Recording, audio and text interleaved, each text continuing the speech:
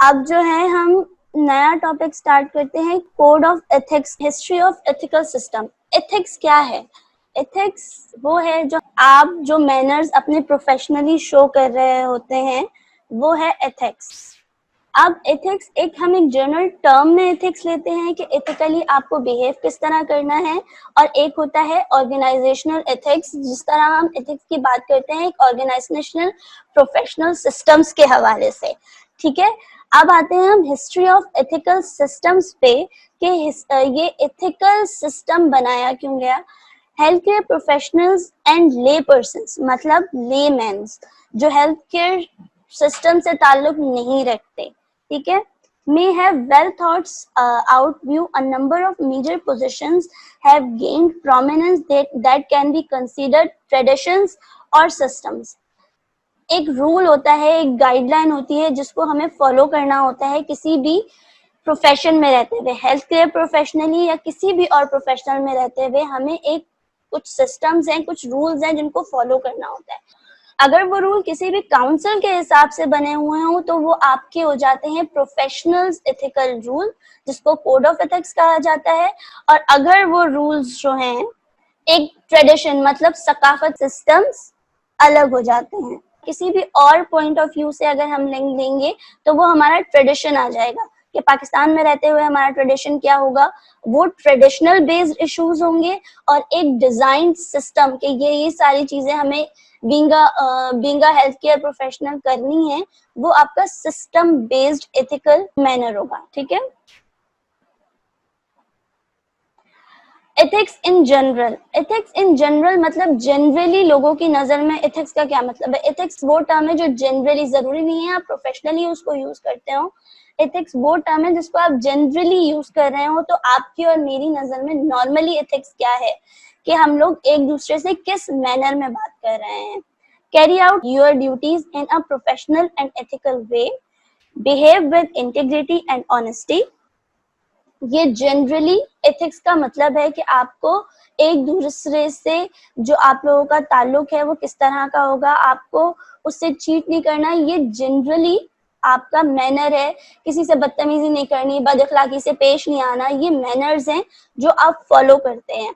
अब इन्हीं मैनर्स को अगर हम प्रोफेशनली ले जाएंगे तो प्रोफेशनली चीजें वही रहेंगी, बस उनका तरीके कार बदल जाएगा। अब आते हैं हम प्रोफेशनल एथिक्स। प्रोफेशनल एथिक्स क्या होती है? वो होती है जो आपकी ऑर्गेनाइजेशन एक गाइडलाइन देती है कि for example being a physical therapist, उसको इतना एजुकेटेड होना चाहिए, उसको पेशेंट्स के साथ किस तरह बिहेव करना चाहिए, उसको क्या करना चाहिए, और जो है उसका मतलब हर लिहाज से वो पेशेंट के साथ सोशली किस तरह बिहेव करेगा, वो सारी गाइडलाइंस जो प्रोवाइड कर देता है वो आपका प्रोफेशनल एथिक्स में आ जाता है। तो वो हम पढ़ रहे हैं आपके कोड ऑफ एथिक्स में। Follow organisational guideline for how you advertise your service, make sure that your behaviour does not damage your professions reputations. ठीक है, ये आ गया जनरली प्रोफेशनल एथिक्स का मतलब कि क्या होगा कि आपको सोशली भी बिहेव अच्छी तरह करना है और आपको ये भी ख्याल रखना है कि जिस ऑर्गेनाइजेशन में, जिस प्रोफेशन में, जिस डिपार्टमेंट में आप काम करते हैं, क्योंकि कहते हैं एक मछली तालाब को गंदा करती है, डिपार्टमेंट का नाम खराब ना हो, आपके प्रोफेशन का नाम खराब ना हो।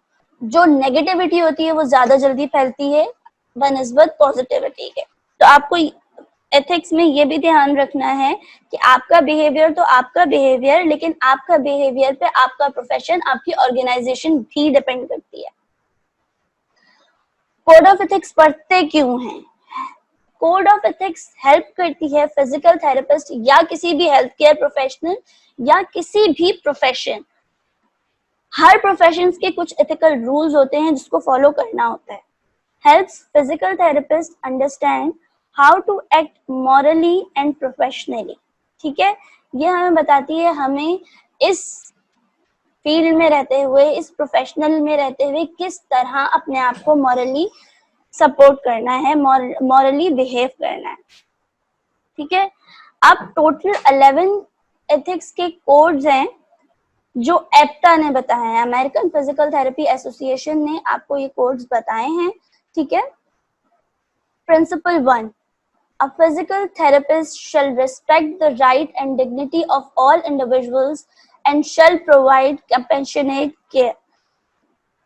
फिजिकल थेरेपिस्ट का क्या रोल है, हम अब बात कर रहे हैं स्पेसिफिकली, क्योंकि एप्टा के बताए हुए रूल्स हैं, तो हम सिर्फ बात करेंगे, बाकी हेल्थ केयर प्रोफेशनल्स के अपने प्रोफेशंस के हिसाब से रूल्स हैं, आप बात करोगे सिर्फ फिजिकल थेरेपिस्ट की, ठीक है। अब फिजिकल थेरेपिस्ट को अपनी जो राइट्स हैं और उसको डिग्निटी के साथ इंडिविजुअल पे अप्लाई करना है। जो भी ट्रीटमेंट केयर पेशेंट का बनता है उसकी कंडीशन के हिसाब से, उसको उसकी कंडीशंस के हिसाब से वो प्रोटोकॉल्स फॉलो करवाने हैं। ये आपका एथिकल रूल है। ये नहीं कि पेशेंट किसी कंप्लेन के साथ आया, आपके जाने का टाइम हो रहा है, ऑफ टाइम हो रहा है, आप उसको सही से असेस नहीं कर रहे। अगर आपने पेशेंट को ले लिया है, या तो कुछ रूल्स होते हैं कि भाई इस टाइम के बाद हम पेशेंट नहीं ले सकेंगे, या इस टाइम के बाद दूसरा डॉक्टर देखेगा, वो रूल्स अलग हैं। लेकिन अगर आपने अपने सुपरविजन में पेशेंट को ले लिया है, तो अब आपकी ये एथिकल जिम्मेदारी बनती है कि आप तमाम पेशेंट के हुकूक को पूरी डिग्निटी के साथ उसको उसका ट्रीटमेंट प्रोवाइड कर सकें। Principle 2, a physical therapist shall act in a trustworthy manner toward patient's client and in all other aspects of physical therapy. Physical therapist को पेशेंट के साथ जो रिलेशन क्रिएट करना है वो एक ट्रस्ट वर्दी रिलेशनशिप होना चाहिए कि पेशेंट अपनी सारी जो भी उसको कंप्लेन्स हैं वो इजीली सच फिजिकल थेरेपिस्ट को बता सके। जिस तरह हम लोग काउंसलिंग होती है, वो काउंसलिंग के session in long term sessions होते हैं। आपको अपने सेशंस में अपना बिहेवियर ऐसा रखना है कि पेशेंट आप पे ट्रस्ट क्रिएट कर सके, ट्रस्ट वर्दी हो आप पेशेंट के लिए, कि आपकी जो पेशेंट की जो इंफॉर्मेशन है वो कहीं जाएगी नहीं, आप किसी और से डिस्कस नहीं करेंगे। बहुत सारी कंडीशंस ऐसी होती हैं जिसमें पेशेंट्स चाहते नहीं हैं कि उनकी बातें किसी और से शेयर की जाएं। पेशेंट्स ट्रीटमेंट करते वक्त बहुत सारी बातें करते हैं, जरूरी नहीं है हर बात हर किसी को बताई जाए। हाँ, आप ट्रीटमेंट कंडीशंस के हवाले से अगर कोई एडवाइस चाहिए तो वो एडवाइस आप ले सकते हैं प्रोफेशनल बाउंड्रीज के अंदर रहते हुए, ठीक है। Principle 3, a physical therapist shall comply with law and regulation governing physical therapy and shall strive to effect change that benefits the patient. एक दफा शायद एथिक्स के किसी टॉपिक में शायद हमारी बात हुई थी कि हम लोग, एक होता है एविडेंस बेस्ड ट्रीटमेंट, हम लोगों को वो एविडेंस बेस्ड ट्रीटमेंट पेशेंट पे अप्लाई करना होता है उसकी बेहतरी के लिए। जिस भी ट्रीटमेंट प्लान का रिजल्ट्स हमारे पास हो कि इस कंडीशन में हमें ये ट्रीटमेंट प्लान अप्लाई करना है, तो आप वो ट्रीटमेंट प्लान ही अप्लाई करेंगे। लेकिन इन प्रोफेशनल बाउंड्रीज में रहते हुए अगर फिजिकल थेरेपिस्ट समझ रहा है कि उसके पेशेंट के लिए कुछ चेंज जरूरी है, वो चेंज आप प्रोफेशनल बाउंड्रीज में रहते हुए पेशेंट्स के बेनिफिट के लिए कर सकते हैं, ठीक है। A physical therapist shall comply with laws and regulation governing physical therapy and shall strive to effect change that benefits physical. आपको मेन फोकस होता है पेशेंट का बेनिफिट, ठीक है।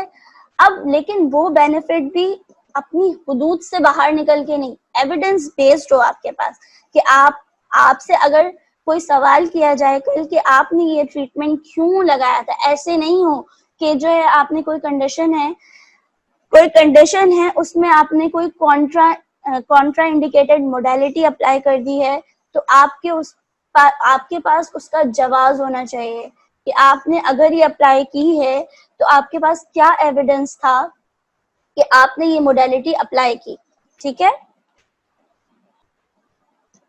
Principle 4, a physical therapist shall exercise sound professional judgment फिर आती है आपकी असेसमेंट, इवेल्युएशन, ये सारे कंसर्न कि आप जो भी फिजिकल थेरेपिस्ट सीट पे बैठा हुआ है, जिस डेजिग्नेशन पे बैठा हुआ है, उसको अपने प्रोफेशनल के बारे में साउंड प्रोफेशनल जजमेंट होनी चाहिए कि वो जो है अपनी पेशेंट की कंडीशंस को सही से डील कर सके, उसका ट्रीटमेंट डिजाइन कर सके, उसको सही सही मैनर में उसके जजमेंट को, उसकी कंडीशन को जज कर सके कि इस पे हमें कौन सा ट्रीटमेंट प्लान अप्लाई करना है। हमारे पास सिर्फ गाइडलाइंस नहीं, इस तरह नहीं हुआ हुआ कि जो है एक कंडीशन है, हर इंडिविजुअल पेशेंट, हर कंडीशन जरूर सिमिलर होती है, लेकिन उसके सिम्टम्स, उसकी प्रेजेंटेशन हर किसी की इंडिविजुअली डिफरेंट होती है। ठीक है, तो जो फिजिकल थेरेपिस्ट इस वक्त सीट पे बैठा हुआ है, उसकी जिम्मेदारी बनती है कि उसके पास साउंड प्रोफेशनल जजमेंट होनी चाहिए पेशेंट की कंडीशंस के हिसाब से। इफ अगर कोई इस तरह की रेयर कंडीशन आ जाती है जिसमें आपको साउंड प्रोफेशनल जजमेंट नहीं है अबाउट द कंडीशन, तो हम क्या करते हैं, एक जनरली वो ट्रीटमेंट अप्लाई करते हैं जिसमें उस दिन, सिर्फ एक दिन के विजिट की बात करें, उस दिन पेशेंट को कोई नुकसान ना हो। आप प्रॉपरली असेसमेंट करेंगे, फिर उस असेसमेंट पे आप डिस्कशन करें या अपनी कीन स्टडी करें, लेकिन कीन स्टडी करके अपनी जजमेंट निकालें, ये आपकी जिम्मेदारी बनती है। उसके बाद क्या होता है कि आप जो, लेकिन जो है वो ट्रीटमेंट जो आप उसको दे रहे हैं वो एविडेंस बेस्ड होना चाहिए। चाहे आप फर्स्ट विजिट पे उसको वो ट्रीटमेंट नहीं दे पा रहे, क्योंकि अब कभी कभी हो जाता है कि कोई इस तरह का रेयर केस आ जाए जो हमने इस तरह डिस्कस डेली बेसिस पे नहीं हो रहा हो, और आपको उस पे इतनी कमांड नहीं है, तो इसलिए आप उस पे अपना जजमेंट देना नहीं चाह रहे, तो आप उस जजमेंट को एक दिन का डिले किसी से डिस्कस कर लें, थ्योरी एविडेंस निकाल लें, उसके बाद उसका ट्रीटमेंट उसको प्रोवाइड करें। Principle number 5, a physical therapist shall achieve and maintain professional competence. Physical therapist को अचीव और मेंटेन दोनों करना होता है। फिजिकल और प्रोफेशनल कॉम्पिटेंस ये कि आपको अपनी क्वालिफिकेशन, प्रोफेशनली सर्टिफिकेट्स, जो भी नई जो है प्रैक्टिस आ रही है, नए ट्रीटमेंट्स आ रहे हैं, नए मैनेजमेंट्स आ रहे हैं, वो सारे आपके प्रोफेशनल कॉम्पिटेंस में आते हैं। तो एक फिजिकल थेरेपिस्ट को अचीव और मेंटेन करना है प्रोफेशनल कॉम्पिटेंस को, कि आपके पास साउंड नॉलेज हो, आपके पास रिसर्च मटेरियल, आपके पास प्रॉपर रिसर्च हो हर कंडीशन के हिसाब से, कि जो भी कंडीशंस हमारे पास आती हैं डेली बेसिस पे, उस कंडीशंस को हम किस तरह डील कर सकते हैं। जैसे शुरू में हमारा प्रोग्राम बीएस था, तो लोग सिर्फ बीएस करते थे, उसके बाद डीपीटी हो गया। अब प्रोफेशनल कॉम्पिटेंस के हवाले से हर फिजिकल थेरेपिस्ट को डीपीटी होना जरूरी है, मतलब उसके पास डॉक्टर ऑफ फिजिकल थेरेपी की डिग्री होना जरूरी है। सिर्फ बीएसपीटी वालों का अभी फिर भी इतना रोल है, लेकिन एक वक्त आएगा, अभी फिर भी उन लोगों की वैकेंसी आ जाती है बीएसपीटी वालों की, लेकिन एक वक्त आएगा कि सिर्फ डीपीटी की डिग्री कंसिडर की जाएगी। जैसे पहले 2 साल का डिप्लोमा होता था, उसके बाद जब 4 साल का बीएस हो गया, तो लोगों को अपने डेफिशिएंसी प्रोग्राम्स कंप्लीट करने पड़े थे, उनको अपनी कॉम्पिटेंसी पूरी करनी पड़ी थी एक डेजिग्नेशन को ओन करने के लिए। Principle number 6, a physical therapist shall maintain and promote high standards of physical therapy practice, education and research. ये भी आपके प्रोफेशनल कॉम्पिटेंस का ही है। इसमें जरा ओपनली बताया है कि आप अपने हाई स्टैंडर्ड्स को मेंटेन करेंगे, जितना हाई स्टडी आप कर सकते हैं, जितने सर्टिफाइड प्रोग्राम्स ट्रीटमेंट के हवाले से कर सकते हैं, जैसे मैनुअल थेरेपी के प्रोग्राम्स होते रहते हैं, वो आप कर सकते हो, वो आप करो। ठीक है, एजुकेशन और रिसर्च के लिए एक्टिव पार्टिसिपेंट होना चाहिए हर हेल्थ केयर प्रोफेशनल को, सिर्फ फिजिकल थेरेपिस्ट को नहीं, हेल्थ केयर, क्योंकि हर कुछ महीनों बाद या हर महीने बाद ये डिपेंड करता है आपकी स्टेबल प्रोफेशनलिज्म पे कि एक नई रिसर्च आती है कि ये ट्रीटमेंट प्रोवाइड करने से हमें बेटर रिजल्ट्स इस चीज के मिलते हैं, ये ट्रीटमेंट प्रोवाइड करने से हमें बेटर रिजल्ट्स इस चीज के मिलते हैं। तो रिसर्च एक्टिव होना चाहिए हर हेल्थ केयर प्रोफेशनल्स को। Principle number 7, a physical therapist shall seek only such remuneration as is deserved and reasonable for physical therapy. हमने प्रोफेशनलिज्म की डेफिनेशन में पढ़ा था कि कोई भी काम किसी एक स्पेसिफिक सैलरी या फीस को लेके किया जाए तो उसको हम प्रोफेशनलिज्म कहते हैं। तो इधर आता है, a physical therapist shall seek only such remuneration। Remuneration होता है जो आप अपनी जॉब डिस्क्रिप्शन के बाद एक एक्स्ट्रा काम प्रोवाइड करते हैं, उसका एक अलग से रेन्यूमरेशन बिल बनता है जो आपके काम की नौयत पे डिपेंड करता है। वो फिर आपको कितना मिलता है वो फिर डिजाइन करती है आपकी ऑर्गेनाइजेशन के आपको कितना बिल रेन्यूमरेशन बिल दे।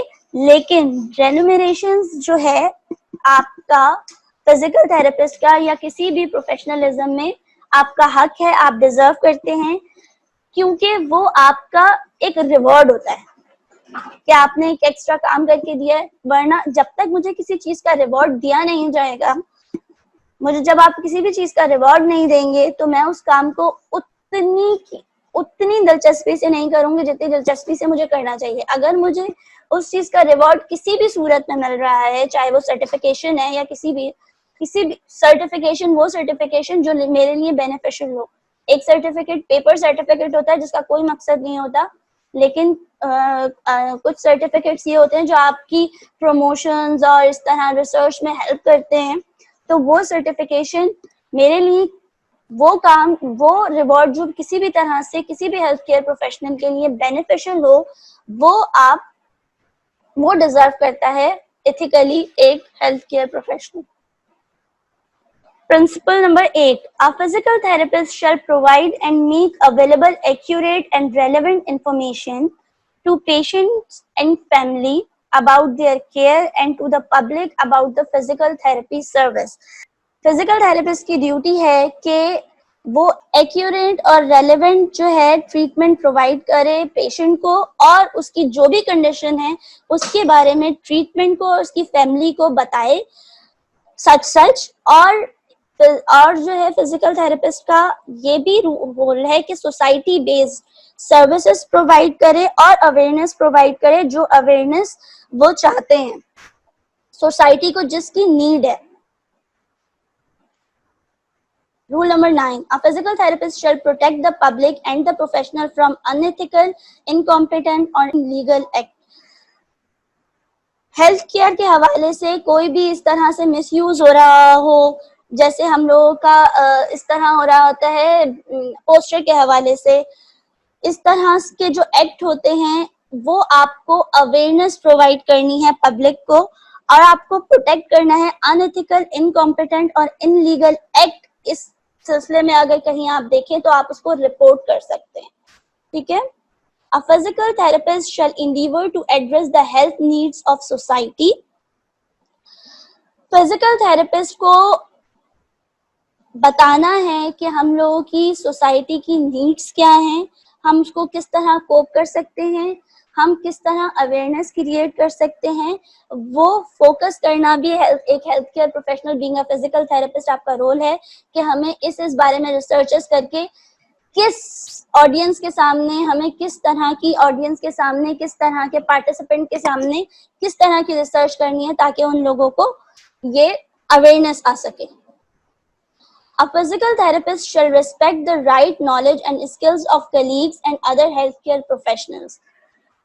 ये भी प्रोफेशनल कॉम्पिटेंसीज में आएगा कि जो है उसको रेस्पेक्ट करना है, दूसरों के हुकूक, दूसरों की नॉलेज, दूसरे कोई आइडिया दे रहे हैं आपको उसके बारे में कि आप अगर किसी ने आपको किसी भी ट्रीटमेंट के हवाले से कोई एडवाइस दी है तो उसको आप एकदम मैं ये फॉलो नहीं कर सकता, मैं इस तरह नहीं कर सकता, इस तरह नहीं करना, आपको उसको रेस्पेक्ट देनी है प्रोफेशनली। अगर आप समझते हैं कि आपका वो ट्रीटमेंट जो बता रहा है वो अप्लाई करना चाहते हैं तो एविडेंस बेस्ड प्रैक्टिस के अंदर रहते हुए वो आप अप्लाई कर सकते हैं।